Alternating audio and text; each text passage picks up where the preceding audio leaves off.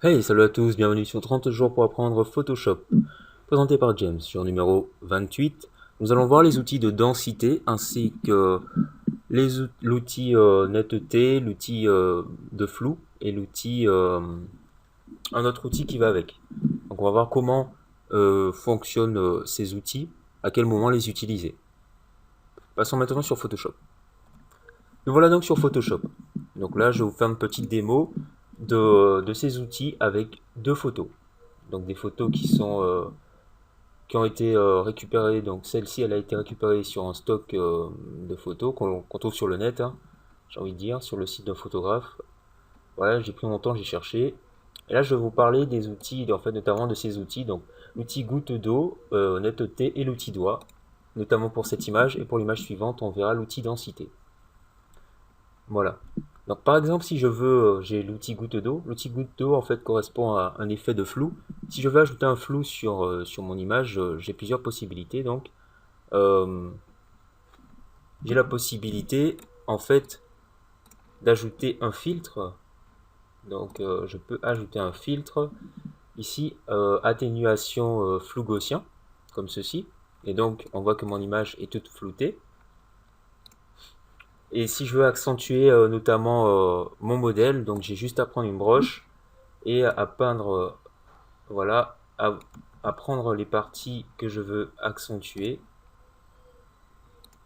et voilà, à juste passer un petit peu dessus et voilà. Donc j'accentue quelques parties de mon modèle et je laisse le reste un peu flouté, comme ceci, tout simplement.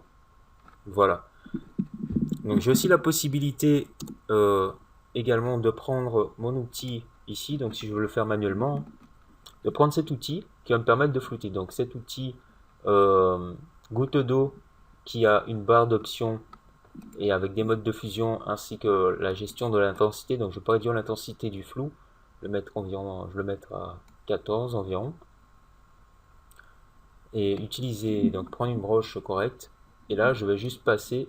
Et donc on voit que au fur et à mesure que je passe, ça floute les parties sur lesquelles je passe le curseur, donc la broche, comme ceci.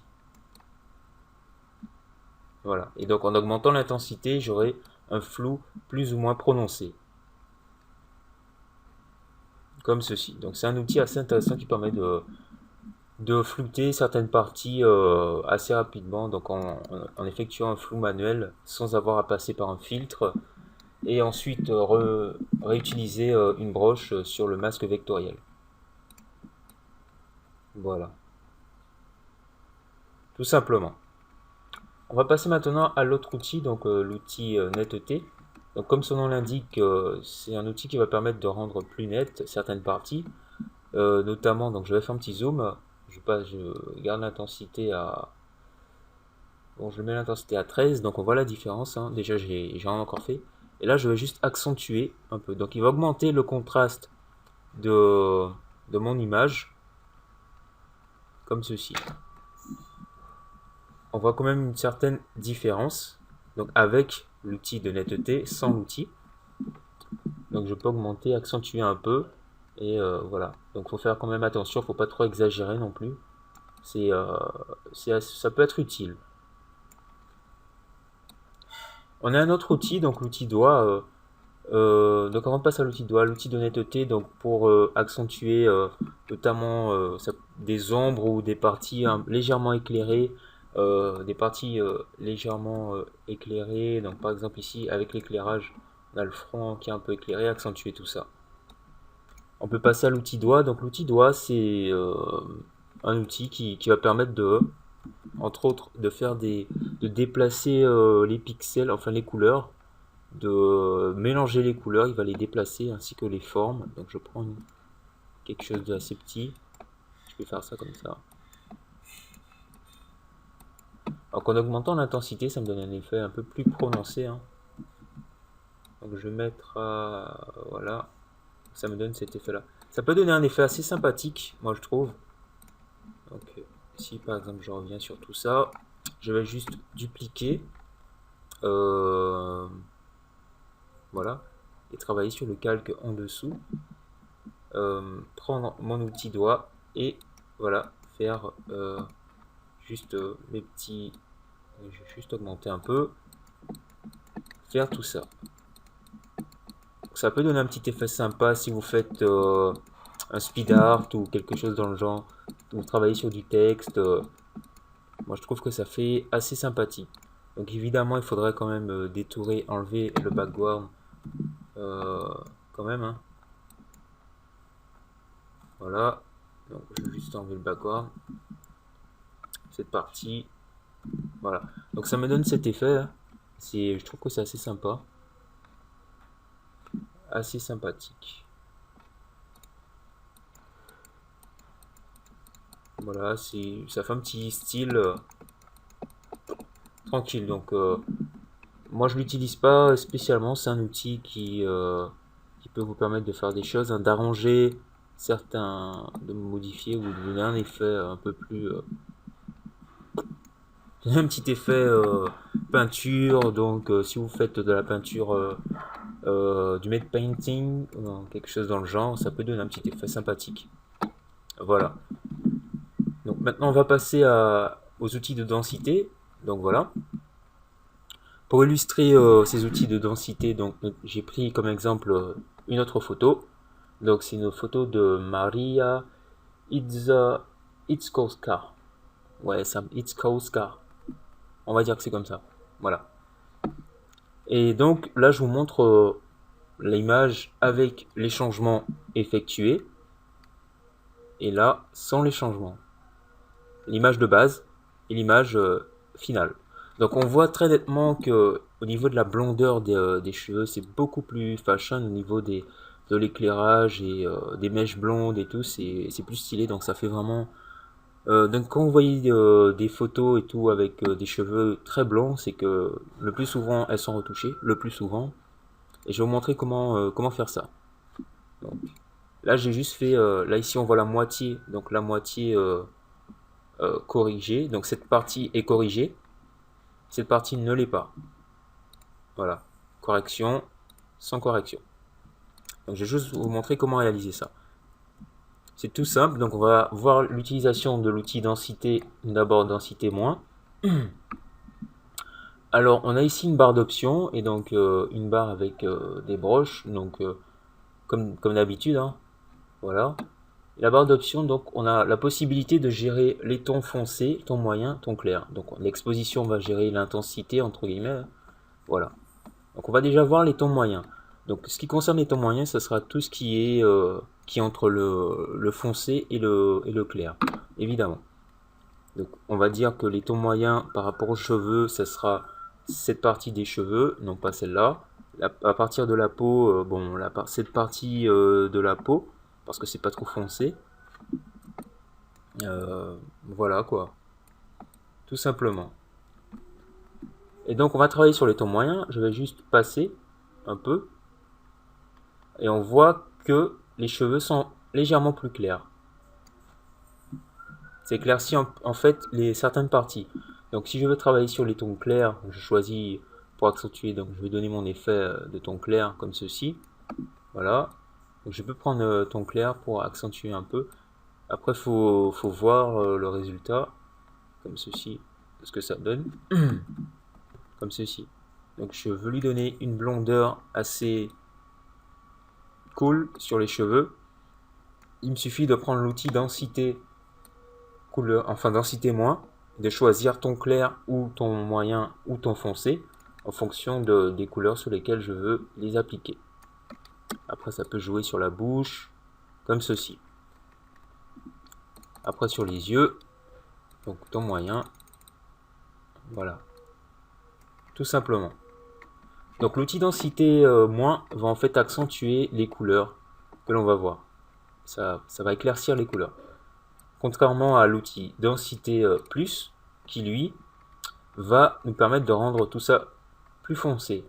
Donc je vais augmenter légèrement l'intensité de l'exposition. Aller sur taux foncé. Donc lui, il va entre autres me foncer tout ce que je veux en fait. Donc il y a par exemple une partie... donc c'est un outil que j'aime bien utiliser notamment, j'ai envie de dire, pour le make-up. C'est assez sympa parce que je peux accentuer accentuer son mascara, accentuer les contours de l'œil et tout. Donc je vais juste aller prendre ton moyen parce que ton foncé c'est un peu... Voilà, et là je vais accentuer un peu son mascara, comme ceci. Et ça va bien ressortir.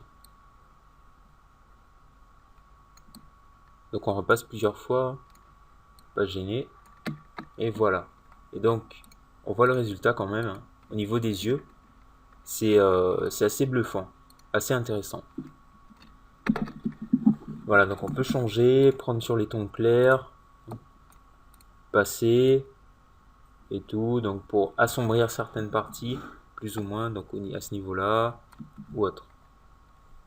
Comme on peut aussi éclaircir certaines parties de la peau, donc éclaircir cette partie, un peu là, un peu là. Voilà. Donc voyons maintenant un autre aspect de l'outil densité, donc, qui va avec. Donc on a l'outil éponge. L'outil éponge qui permet en fait, grâce à sa barre d'options, qui a deux modes, mode désaturation et saturation, va vous permettre de désaturer ou saturer certaines couleurs.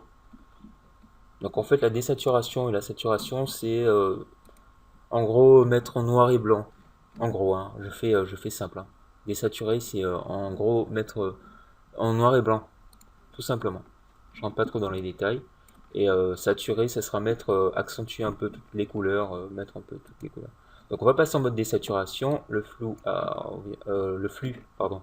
Voilà, et donc si je passe l'éponge comme ceci, on voit qu'il y a un petit changement, donc je peux le faire sur les cheveux, comme ceci. Voilà, et donc lui donner un aspect un peu plus vieillot sur les cheveux, comme ceci. Donc on a l'impression qu'elle a pris un bon coup de vieux. Voilà, on va mettre là aussi. Et oui, et ça le fait quand même. Donc elle a pris un bon coup de vieux. On va quand même éviter sur le visage. Ah, j'ai quand même retiré certains trucs. Donc sur le visage, ce qu'on va faire, c'est passer en mode saturation, réduire le flux à 12, à 10, prendre une broche. Voilà. Là, je vais juste accentuer un petit peu. Donc juste réduire. Voilà. Donc je peux quand même accentuer sur le nez, accentuer sur la bouche, les yeux, le côté ici, pour pas voir. Et voilà. Donc je vais augmenter un peu. Voilà. Donc c'est des outils assez intéressants que je trouve qu'on peut utiliser souvent dans les make-up, comme j'ai dit, retouche photo. Donc c'est surtout ça, retouche photo, hein, que moi, enfin personnellement, je l'utilise plutôt pour ça. Après, faut voir. Donc je vous invite, si vous avez des photos, vous êtes photographe, vous prévoyez d'être photographe ou voilà, d'essayer d'utiliser ces outils parce que c'est vraiment intéressant pour faire des corrections de lumière et tout. Donc sur vos photos. Après. Donc je peux vous montrer un exemple de ce que j'ai réalisé avec ces outils essentiellement. Voilà, donc avec ces outils, donc ici on a une photo, la photo de base, voilà, hein. La photo qui est ici, et la photo, le résultat final. Donc j'ai rajouté juste des flawless ici pour montrer, mais bon, voilà quoi. Donc on a le résultat, on voit quand même que c'est... j'ai rajouté une petite color correction et notamment par rapport à... Donc ça se voit pas trop, ici, il y a quand même le reflet qui apparaît mieux, ici et là, voilà. Donc les yeux, les cheveux, si vous regardez les cheveux, c'est beaucoup plus fashion, donc j'ai accentué également, corrigé la peau, mis un peu de maquillage, donc son mascara est plus prononcé, il est d'une couleur différente, voilà quoi. Voilà, tout simplement. Donc cet épisode touche à sa fin. Vous avez pu voir comment utiliser et pourquoi utiliser l'outil de densité, l'outil flou, donc l'outil goutte d'eau, netteté et le doigt, l'outil doigt. Voilà, densité couleur plus, densité plus, pardon, densité moins. ainsi que l'éponge. Donc j'espère que ça vous a appris certaines choses, que vous pourrez utiliser ceci sur des photos. Donc je vous invite à le faire. Et voilà. Donc on va se revoir dans un autre épisode. Et je vous dis merci d'avoir regardé et peace out.